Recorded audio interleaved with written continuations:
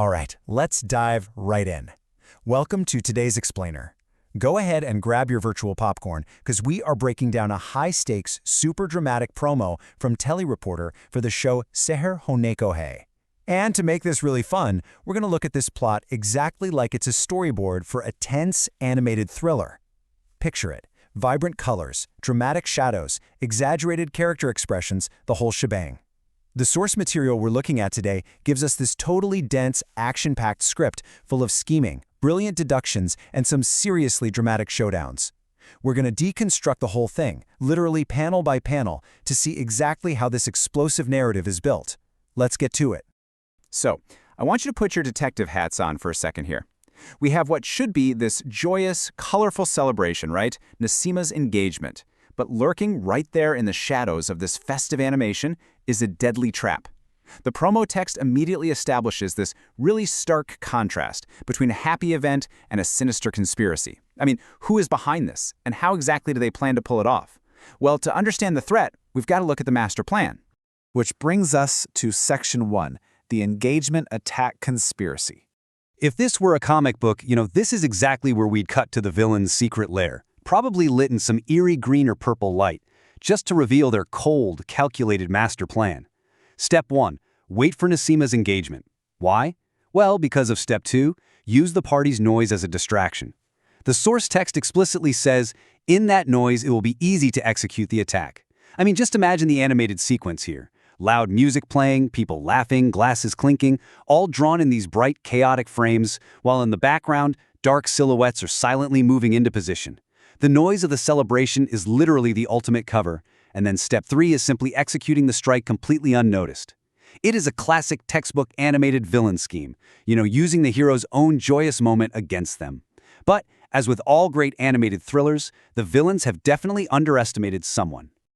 Let's look at Section 2, the brilliant counterplan. You absolutely can't have a shadowy conspiracy without a brilliant detective figure stepping up to unravel the whole thing. The villains totally thought they were being stealthy, but someone was listening, and more importantly, someone was thinking ahead. Just look at this fantastic quote from the source. "What a horse-like mind you've run, sir." Now, okay, this is a delightfully melodramatic line of praise. In the source language, comparing a mind to a running horse basically means it's racing, it's incredibly fast, powerful, and it's just leaping over obstacles. Picture a giant cartoon light bulb flashing brilliantly over Sir's head. Sir has completely decoded the villain's blueprint. But, knowing the plan isn't enough, right? You actually have to counter it. The dynamic here is simple, but man is it brilliant. The villain's plan relies entirely on the engagement noise for their attack, so Sir's incredibly direct counterplan: just cancel the engagement entirely. If the event doesn't happen today, there's no noise. If there's no noise, the attack just can't happen. As the text notes, doing this means, and I quote, "we will get time to reach the conspirators." It's a strategic retreat. By removing the setting of the trap, they literally disarm the trap itself. It is a brilliant tactical move that completely pulls the rug out from under the bad guys. All right, moving on to Section 3, crashing the party. So, theories and plans eventually have to meet reality.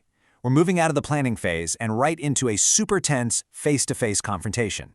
Imagine the storyboard moving to the actual venue of the engagement. The colors change, the angles get way sharper.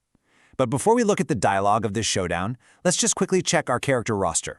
We have Nasima, the bride-to-be, who's basically the center of this whole event. We had Mahir Mian, a key figure who is directly addressed during this intense standoff. And finally, we have a character named Seher. Now definitely remember that name because Seher is the ultimate wildcard in this deck, and we'll see exactly why in just a second. Okay, now let's look at the dialogue from the hosts. They are desperately trying to handle this diplomatically, but, firmly.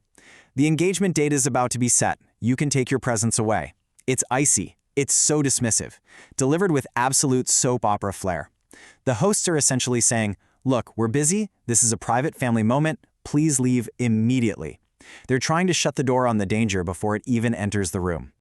But the crashers? Yeah, they are not backing down. Imagine this text in a bold, jagged speech bubble just popping onto the screen. "We have come to participate in your engagement." It's a stubborn, almost mocking refusal to leave. They know exactly why they're there, and they are openly daring the host to try and physically throw them out. The tension is absolutely skyrocketing here. The unstoppable force is meeting the immovable object. And the hosts, they fire right back. "We didn't invite you, you can go." Notice the rapid-fire pacing of this exchange derives straight from the source text. It's punchy, it's direct, and it leaves absolutely zero room for interpretation. The visual here would be these tight, alternating close-ups on the characters' glaring eyes, totally anime style, as they verbally spar. The hosts are making it crystal clear that these party crashers are a major threat and are entirely unwelcome. But the crashers have one final card to play. And that brings us to Section 4, the ultimate cliffhanger twist.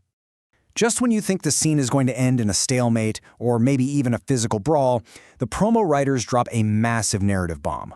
The entire dynamic of this animated storyboard is about to just flip on its head in a single sentence. Up until this very second, the hosts seem to have the moral high ground, right? Demanding the crashers leave. The crashers have the audacity, refusing to budge. But who actually holds the power in this room? Who has the leverage to dictate what happens next? Well, prepare yourselves, because the uninvited guests are about to reveal exactly why they're so incredibly confident. Boom! There it is. Mahir Mian, we have called Seher. We want to talk with both of you. Wow. This is literally the ultimate trump card. By simply dropping the name Seher, the crashers instantly take total control of the room. They aren't just there to crash the party, they have summoned a major player to the scene and they are demanding an audience.